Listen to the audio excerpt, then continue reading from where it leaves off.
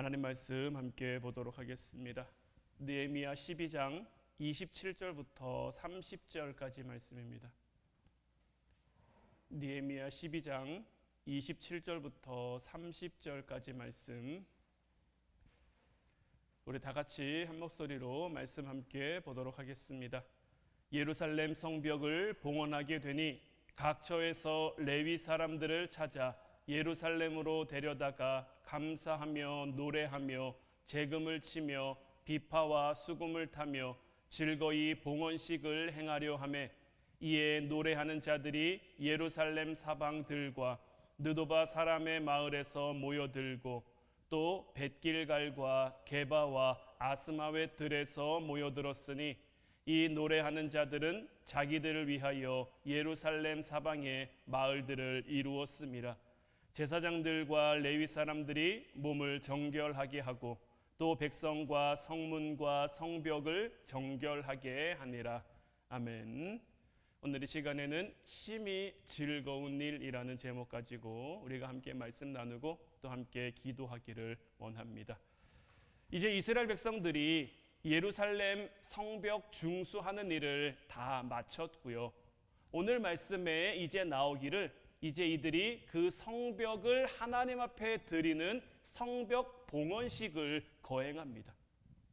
우리가 느헤미야 1장부터 시작해서 오늘이 봉헌식이 치루어지는 말씀까지 오기까지 얼마나 많은 일들이 있었습니까? 수많은 음모가 있었고 방해가 있었고 회방이 있었고, 그동안의 어려움을 생각하면요, 무척이나 감격스러운 순간이 오늘 이루어지고 있는 거죠. 그런데 참 묘한 건요, 성전 봉헌식은 우리가 들어봤어도 성벽 봉헌식은 들어본 적이 없죠. 왜냐면요, 다윗성이 아무리 크고 대단하게 지어졌어도 그 성봉헌식을 했다라는 그 기록도 없고요. 솔로몬도 자기 왕궁을, 성전은 봉헌식을 합니다. 그런데 자기 성을 훨씬 더 크고 아름답게 오랜 시간에 걸쳐서 지었음에도 불구하고 그 성을 하나님 앞에 봉헌했다라는 이야기도 없고요. 르호보암 때도 마찬가지고요. 성이나 성벽을 하나님 앞에 봉헌했다라는 기록은 그 어디에서도 찾아볼 수 없단 말이에요. 그런데 오늘 이 느헤미야서 12장에 나오는 이들은 성벽 봉헌식을 하나님 앞에 하고 있는 거예요. 이들은 왜 이 성벽을 하나님 앞에 봉헌하는 일을 하게 됐느냐? 바벨론 포로 생활을 마치고 돌아온 이 이스라엘 백성들은요, 폐허가 된 예루살렘을 바라보면서 이 성벽이라고 하는 것이 자기들에게 얼마나 중요한 보호수단이라는 것을 깨달았을 거예요. 그들의 조상들은요, 예루살렘에 살면서, 이스라엘 살면서요, 이곳이 한 번도 자기들의 땅이 아니라고 생각해 본 적이 없을 겁니다. 가나안 정복 전쟁 이후로 하나님께서는 그 땅을 그들에게 계속 허락하셨고, 물론 몇몇 성들이 블레셋 손에 넘어가기도 했지만 또 다시 찾아오고 다시 회복되고, 그래서 하나님께서는 이 이스라엘이라는 공동체에게 주신 그 가나안 땅을 계속해서 누리게 하셨단 말이에요.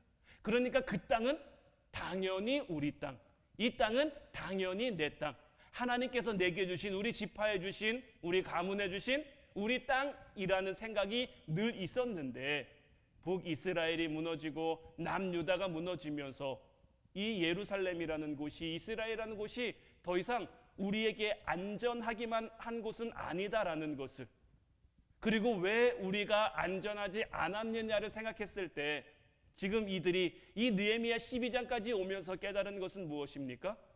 우리의 조상들이 하나님의 뜻을 따르지 못한 것, 하나님의 말씀대로 살지 못한 것, 크고 견고한 성벽을 그들이 지었기 때문에 이제 우리가 안전하다, 이제 우리가 보호받을 수 있다, 우리가 이 안에서 이제 행복하게 살자, 이렇게 생각하고 봉헌식을 하고 있는 것이 아니라, 우리가 아무리 크고 화려한 성을 지어도, 아무리 크고 견고하고 높은 성벽을 쌓아도 하나님이 보호해 주시지 않으면 우리 스스로 이제 이 성을 지킬 수 없음을 그들이 알기에 이 성벽을 통해 하나님이 우리를 보호해 주시기를 원하는 그 마음에 지금까지 한 번도 없었던 전무후무한 성벽에 대한 봉헌식을 하나님 앞에 올리고 있는 거예요.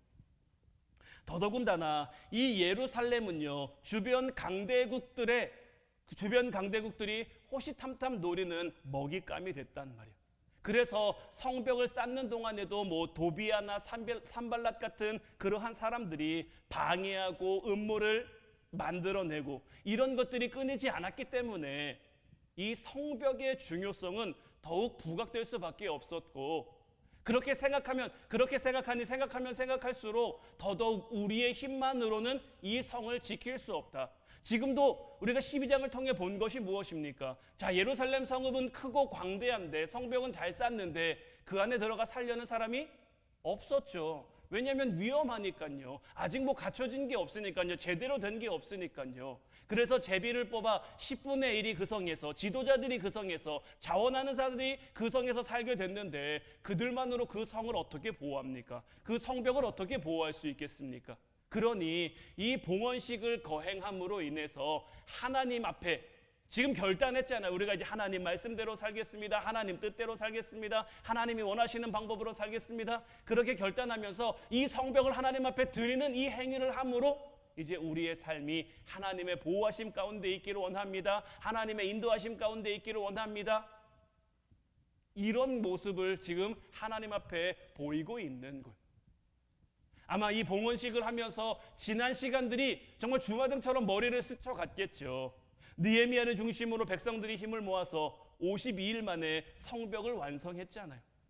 지난 200년간 이루지 못했던 그 일을 느헤미야를 중심으로 하나님 말씀 가운데 새로운 예루살렘 공동체가 되니까 52일 만에 이루어진 그 기적을 그들이 이루어내면서 하나님이 우리와 함께 하시는구나, 하나님이 우리를 돌보시는구나, 그러면서 그들이 율법책을 통해 하나님의 말씀을 듣고 보고 깨달으니까 우리가 하나님의 말씀대로 살아가는 것이, 우리가 하나님의 뜻대로 살아가는 것이, 하나님이 우리에게 이 땅을 주시겠다고 약속하셨는데 아브라함의 하나님, 이삭의 하나님, 야곱의 하나님이 너와 내 자손과 내 후손들에게 이 땅을 주겠다고 약속하셨는데 우리 조상들이 하나님 앞에 범죄함으로 우리가 이 땅을 잃었고 이 땅을 뺏겼고, 하지만 그럼에도 하나님이 우리와 함께 하시고 하나님이 우리에게 은혜를 베풀어 주셔서 이 성을 다시 회복하게 됐고 이 성벽을 다시 하나님 앞에 봉헌할 수 있게 됐으니 이 순간이 이 예루살렘 공동체 사람들에게 얼마나 기쁘고 감사하고 즐거운 순간이겠습니까?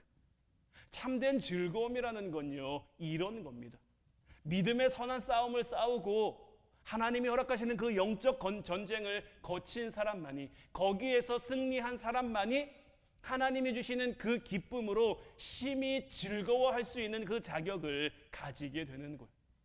지금 여러분들은 어떠십니까? 여러분들은 무엇으로 즐거워하며 무엇으로 기뻐하며 살아가고 있습니까?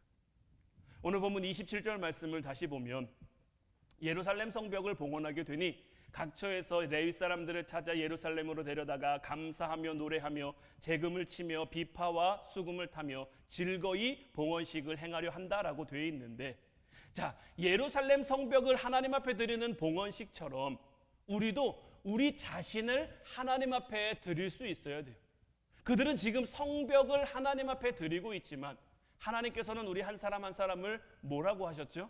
우리는 하나님 앞에 거룩한 전이죠. 하나님의 전이란 말이에요. 우리도 우리 하나님이 우리 주신 이 거룩한 전을 하나님 앞에 드릴 수 있어야 되고요. 이들이 지금 성벽을 봉헌하게 되면서 기쁘고 즐거워했던 것처럼 우리도 우리 자신을 하나님 앞에 드리는 일을 기뻐하며 즐거워할 수 있어야 되는 거예요. 그런데 어떻습니까? 때로는 우리 안에 있는 욕심이, 때로는 우리 안에 있는 어떤 세상의 마음들이 우리 자신을 하나님 앞에 드리기가 참 쉽지 않게 하고 참 어렵게 하죠. 뭐 외모가 잘나고 공부를 잘하고 가진 것이 많으면 더더욱 자기 자신을 하나님 앞에 드리기가 어렵단 말이에요. 우리가 우리 자녀들을 하나님 앞에 기도하는 것만 봐도 그래요. 속썩이는 자녀는요, 무조건 하나님 앞에 드린다고 합니다. 하나님, 이 자식을 맡기오니 하나님 뜻대로 하시옵소서. 저도 저희 어머니가 이렇게 기도하는 거 참 많이 들었었거든요. 형주를 하나님 손에 맡기오니 하나님이 죽이시든지 살리시든지 하나님 뜻대로 하시옵소서. 저희 어머니 이런 기도하는 거 저도 많이 들었었단 말이에요. 그런데 반대로요, 공부 잘하고요, 말 잘 듣고요, 뭐 똑똑하고요. 그런 자녀는요. 쉬 하나님 앞에 바치겠습니다. 잘 못하는 것 같아요.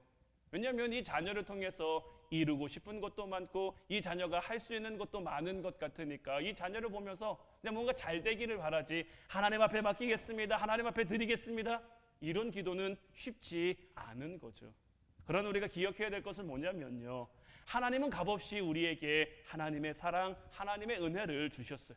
우리가 그 사랑을, 그 은혜를 제대로 알기 위해서는요. 그 사랑의 값을 치러야 되는 거예요. 그 사랑의 값을 어떻게 치릅니까?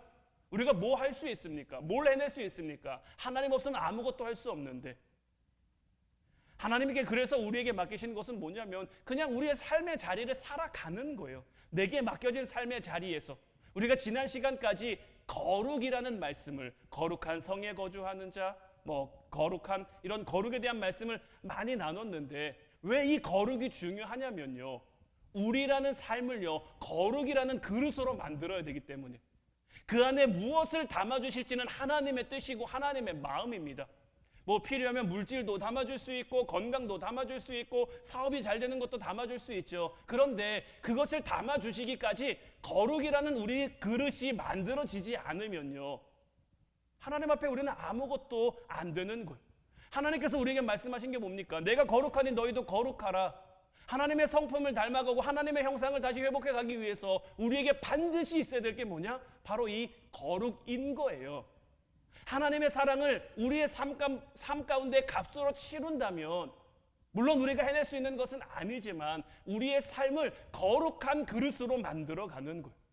때로는 고난이라는 것을 통해, 때로는 환난이라는 것을 통해, 때로는 어려움이라는 것을 통해 내 힘으로는 안 되는구나. 하나님을 의지해야 되는구나. 하나님을 붙잡아야 되는구나. 하나님을 주인으로 인정하고 하나님 앞에 나는 안 되오니, 나는 부족하오니, 나는 약하오니 하나님이 나를 이런 마음으로 하나님 앞에 나아가는 것이 우리가 하나님 앞에 거룩해질 수 있는 그런 수단이자 방법인 것이고 우리가 이렇게 우리의 삶을 거룩한 그릇으로 만들어 갈 때 우리 자신을 하나님 앞에 드릴 수 있게 되는 거예요. 그렇게 우리 자신을 하나님 앞에 드릴 수 있게 되면 그 다음은 무엇입니까? 오늘 말씀도 보면요. 자, 이제 이들이 성벽을 봉헌하게 됐어요. 성벽을 하나님 앞에 드리게 됐어요. 그 다음으로 한 것이 각처에서 레위 사람들을 찾아 예루살렘으로 데려온 거예요. 데려온 이들이 뭐합니까? 감사하며 노래하며 재금을 치며 비파와 수금을 타며 즐거이 봉헌식을 행하는 거예요. 레위 사람들을 각처에서 데려다가 이것을 하는데 자, 성벽 봉헌식이 즐거운 이유가 뭘까요? 우리 자신을 하나님 앞에 드리면 그것이 즐거운 이유가 무엇일까요? 그 드림 가운데 하나님의 임재가 나타나기 때문인 거예요. 솔로몬이요. 성전을 짓고 하나님 앞에 봉헌하면서 하나님 앞에 기도했던 게 무엇입니까? 누구든지 이 성전에 와서 기도하면 하나님이 들으시옵소서란 말이에요. 하나님이 듣는다는 건 뭡니까? 하나님이 함께 하신다는 거죠. 하나님의 임재가 나타나 우리의 기도 가운데, 우리의 간구 가운데, 우리의 고백 가운데 하나님이 함께 하신다는 거죠. 이 성벽을 봉헌하는 것은 이들이 성벽을 지금 봉헌하는 이유도 무엇입니까? 우리의 힘으로는 안 됩니다. 우리의 힘으로는 이 성을 지킬 수 없습니다. 이 성벽을 통해 하나님이 우리와 함께 해 주시옵소서. 하나님의 임재를 간구하고 임재를 지금 요구하고 있는 거죠. 우리의 삶도 마찬가지인 거예요. 우리가 우리의 삶을 하나님 앞에 드림이 왜 중요하고 왜 즐거운 이유가 되느냐? 우리의 삶 가운데 하나님의 함께 하심이 나타났기 때문인 거예요. 하나님의 함께 하심이 나타나면 하나님의 임재가 있으면 그 다음은 무엇인들 두려우며 무엇인들 걱정이 되겠습니까? 무너진 나의 모습일 수도 있지만 더럽혀진 나의 모습일 수도 있지만 상처로 가득한 내 모습일 수도 있지만 하나님이 내게 임하시면 내가 용서하지 못할 것 같은 사람들을 용서하게 되고 내가 미워하던 사람들을 사랑하게 되고 내가 포기할 수 없었던 것, 내가 내려놓을 수 없었던 것들을 그것을 아낌없이 내려놓고 포기할 수 있게 되는 거예요. 내 힘으로는 결코 끊을 수 없었던 어떤 집착, 중독, 원망, 미움, 좌절 이런 것들이 내 안에서요 스르르 이렇게 물러나게 되는 거예요. 내 힘으로 몰아내보려고 했는데 안 되던 것들이 하나님의 임재가 내 안에 온전히 이루어지면 하나님의 함께 하심과 동시에 빛은요 어둠을 이깁니다. 근데 빛이 어둠을 어떻게 이길까요? 그냥 빛이 나타나면요, 어둠은 스르르 물러가게 돼 있는 거예요. 어둠이 아무리 대항하려고 해도요, 이 빛이라는 것이 나타나는 순간 어둠은 힘을 잃습니다. 여기도 지금 뭐 조명이 굉장히 많이 켜져 있는데 이 조명을 다 켜면 어둡죠. 근데 조명을요, 켜는 순간 어둠은 없습니다. 어둠은 그런 거고요, 빛은 이런 거예요. 하나님의 빛이 우리 안에 임하면요, 우리 안에 있는 어둠은요 자연히 사라지게 돼 있는 겁니다. 안 사라지면 그게 더 이상한 거고요, 안 사라지면요 하나님의 빛이 내 안에 아직 임하지 못한 거예요. 내 안에 왜 못 임합니까? 내 안에 내려놓지 못한 것, 내 안에 포기하지 못하고 내 안에 끊지 못한 것, 이런 것들을 여전히 내가 바라보고 있고 여전히 묵상하고 있고 여전히 사모하고 있으니, 내 삶의 방향이 잘못됐으니 하나님의 임재, 하나님의 역사하심이 나타날 수가 없는 거예요. 그런데 하나님이 임재하심으로 인해서 내 삶 가운데 어둠이 사라졌어요? 어둠이 물러갔어요? 이게 심히 즐거운 인생이고, 이 즐거움은 뭐 돈으로 사겠습니까? 뭐 배운다고 알게 되겠습니까? 어떤 지위로도 결코 얻을 수 없는 그런 기쁨과 즐거움이 되는 거죠. 지금 예루살렘 성벽을 봉헌한 이들의 마음이 이런 마음인 거예요. 하나님의 보호하심 가운데 이들이 살게 될 것을 기대하고 소망하며 하나님 앞에 기쁜 마음으로, 지금 레위 사람들, 이들과 함께 있었던 사람들이 아닙니다. 각처에서 레위 사람들을 찾아온 겁니다.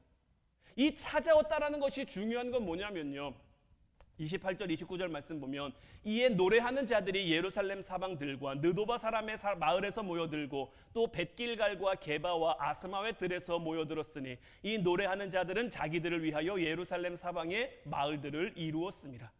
자, 이 레위 사람들이요, 자기들을 위해서 이제 마을을 만들고 예루살렘 근처에 살고 있었단 말이에요. 뭐 느도바, 벳길갈, 게바, 아스마웻 이런 곳에서 사람들이 살고 있었는데, 이곳들은 다 예루살렘에서 대략 한 20km 반경 안에 있던 그런 마을들이에요. 그러니까 예루살렘 성벽을 쌓는 동안에는 이들을 신경 쓸 수가 없었어요. 이들을 찾을 수가 없었어요. 이들을 볼 수가 없었어요. 그런데 성벽을 쌓고 이 성벽을 봉헌하게 되는 순간 이들이 보여지는 거죠. 그러니까 이게 뭘 의미하냐면요, 우리 자신을요 하나님 앞에 드리면요 갑자기 레위 사람들이 보여지는, 이 레위 사람들은 뭘 의미하냐면 우리에게 허락된 믿음의 동역자들을 의미하는 거예요. 나에게 동역자가 없는 것 같아? 내게 기도의 동역자, 믿음의 동역자, 신학의 동역자가 없는 것 같아? 이건요 아직 우리 자신을요 하나님 앞에 온전히 드리지 못한 겁니다. 우리가 우리 자신을 하나님 앞에 온전히 드리면요, 우리 자신을 비운 만큼 내 옆에 하나님이 허락하신 믿음의 일꾼들이 보여지게 돼 있어요. 나는 외롭게 신앙생활한다, 나는 혼자 신앙생활한다, 아니요, 잘못된 겁니다. 그런 상황 속에서요 나를 온전히 하나님 앞에 드리면요, 하나님이 누구보다 든든한 믿음의 동역자, 신앙의 동역자, 믿음의 길을 함께 걸어갈 수 있는 그런 사람들을 우리에게 허락해 주셔서 즐겁게, 늘 말씀드리지만 이 믿음의 길이라는 게요 쉬운 길은 아닙니다. 어려운 길입니다. 좁은 길이란 말이에요.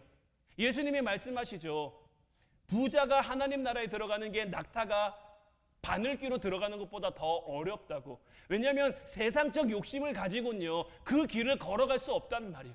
내가 나를 온전히 비우지 못하고 내가 나를 온전히 내려놓지 못하고는요 우리가 이 길을 걸어가고 싶어도요 걸어갈 수가 없어요. 내가 나를 믿는 순간, 내가 나를 보는 순간 하나님이 보이지 않아요.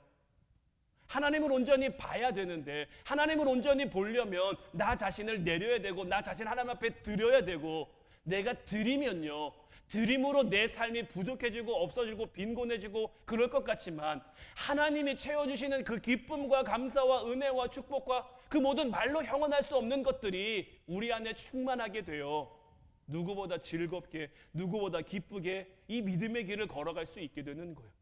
사도 바울이 어떻게 사도 바울의 삶을 살아갈 수 있었겠습니까? 참 힘들고 참 어렵잖아요.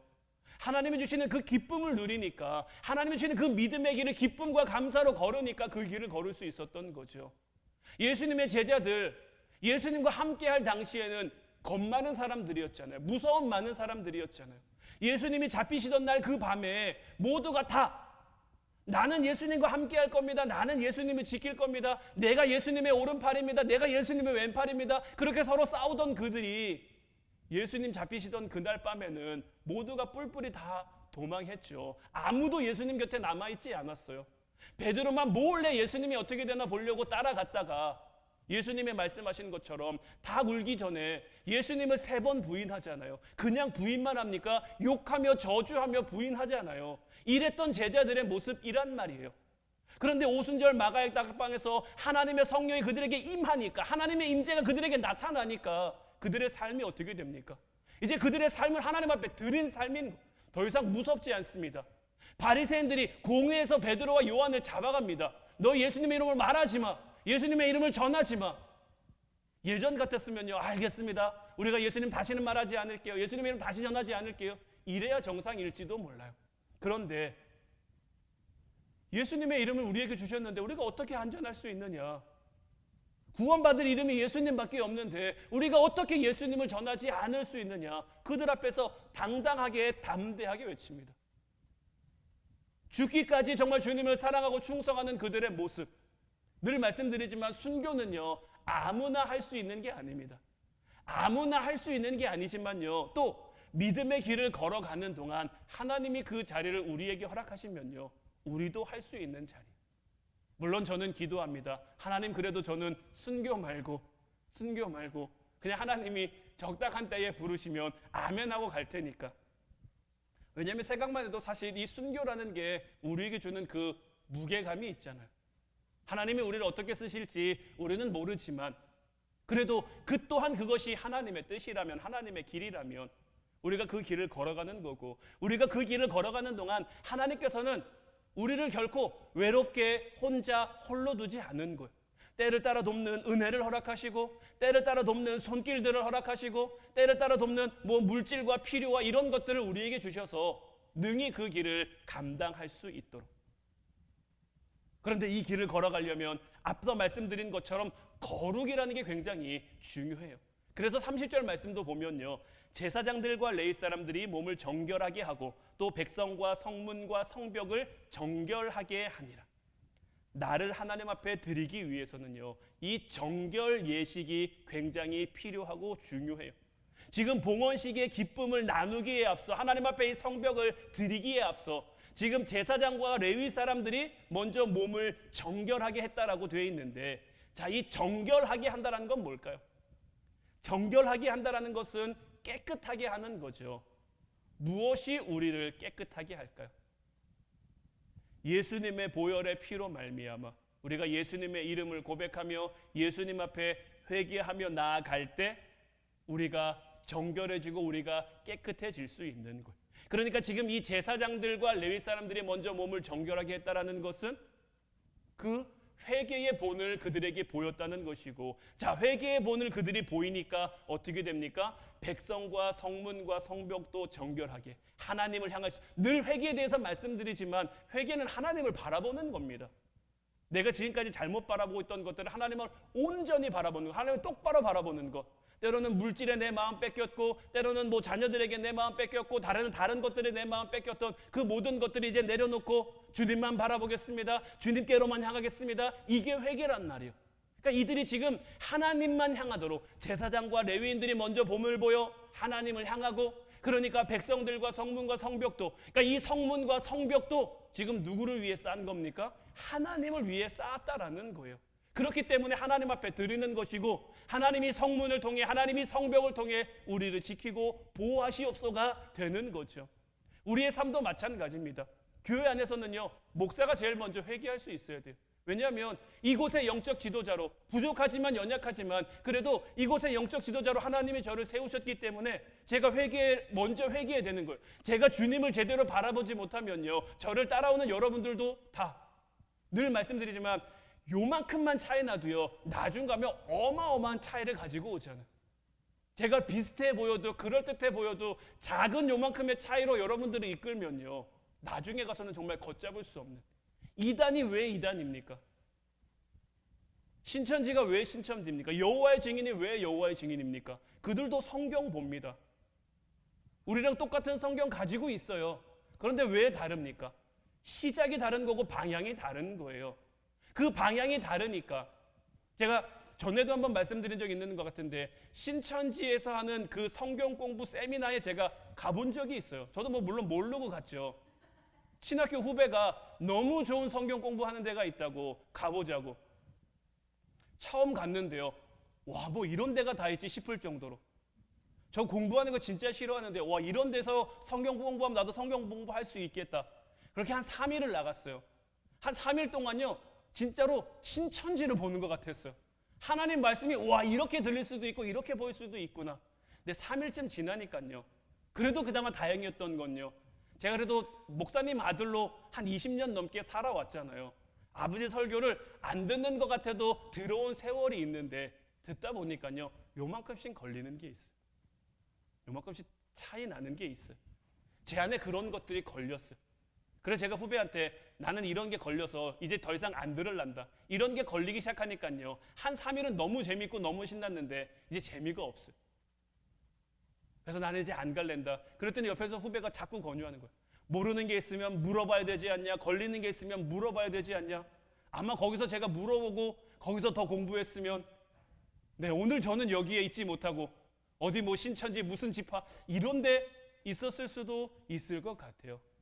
그래도 하나님이 저를 참 사랑하신 그 증거가 아닐까라고 생각하고 저는 그래서 이 일들을 뭐 저는 부끄러워하지 않고 물론 저희 어리석음과 너희 미숙함 때문에 그런 곳에 가서 하나님 말씀을 하나님의 말씀에 신천지 성경 공부를 배우긴 했지만 그것을 통해서 하나님이 나를 또 지키고 계심을 하나님이 나를 인도하시고 계심을 내가 또 한번 깨달았으니까 이 또한 저의 하나의 간증이 돼서 내가 때로는 혼자 있는 것 같아도 때로는 내가 홀로 있는 것 같아도 하나님 나를 보고 계시지요 하나님 나를 지키고 계시지요 할 수 있는 그런 것이 되니까요.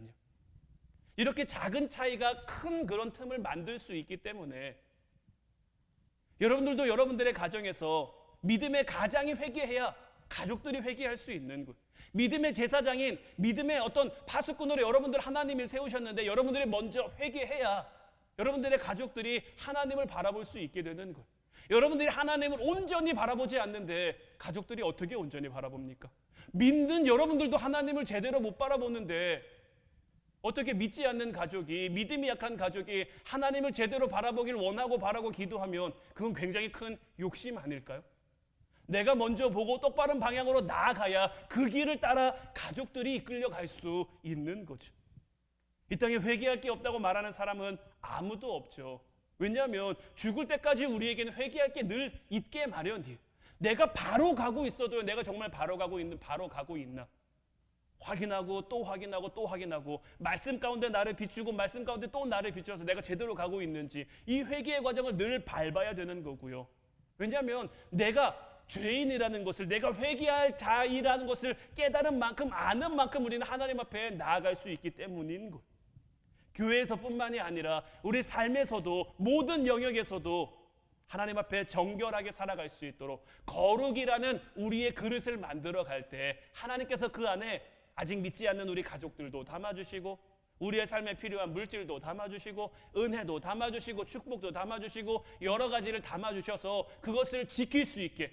그런데 거룩이라는 그릇이 제대로 갖춰지지 않으면 어디 한 군데가 구멍 나 있고 어디 한 군데가 금가 있으면 아무리 채워주시면 뭐합니까? 구멍 난 대로 다 줄줄 새가는데 아니면 구멍 난 대로 다른 것들이 들어오는데 그러니 이제 우리의 삶을 거룩하게 만들어 하나님의 임재를 늘 기대하고 소망하며 하나님과 함께 기쁘고 즐거운 오늘 말씀의 제목이 심히 즐거운 일인데 하나님과 함께하는 그 심히 즐거운 삶을 살아갈 수 있는 저와 여러분들 되시기를 주님의 이름으로 축원해 드립니다.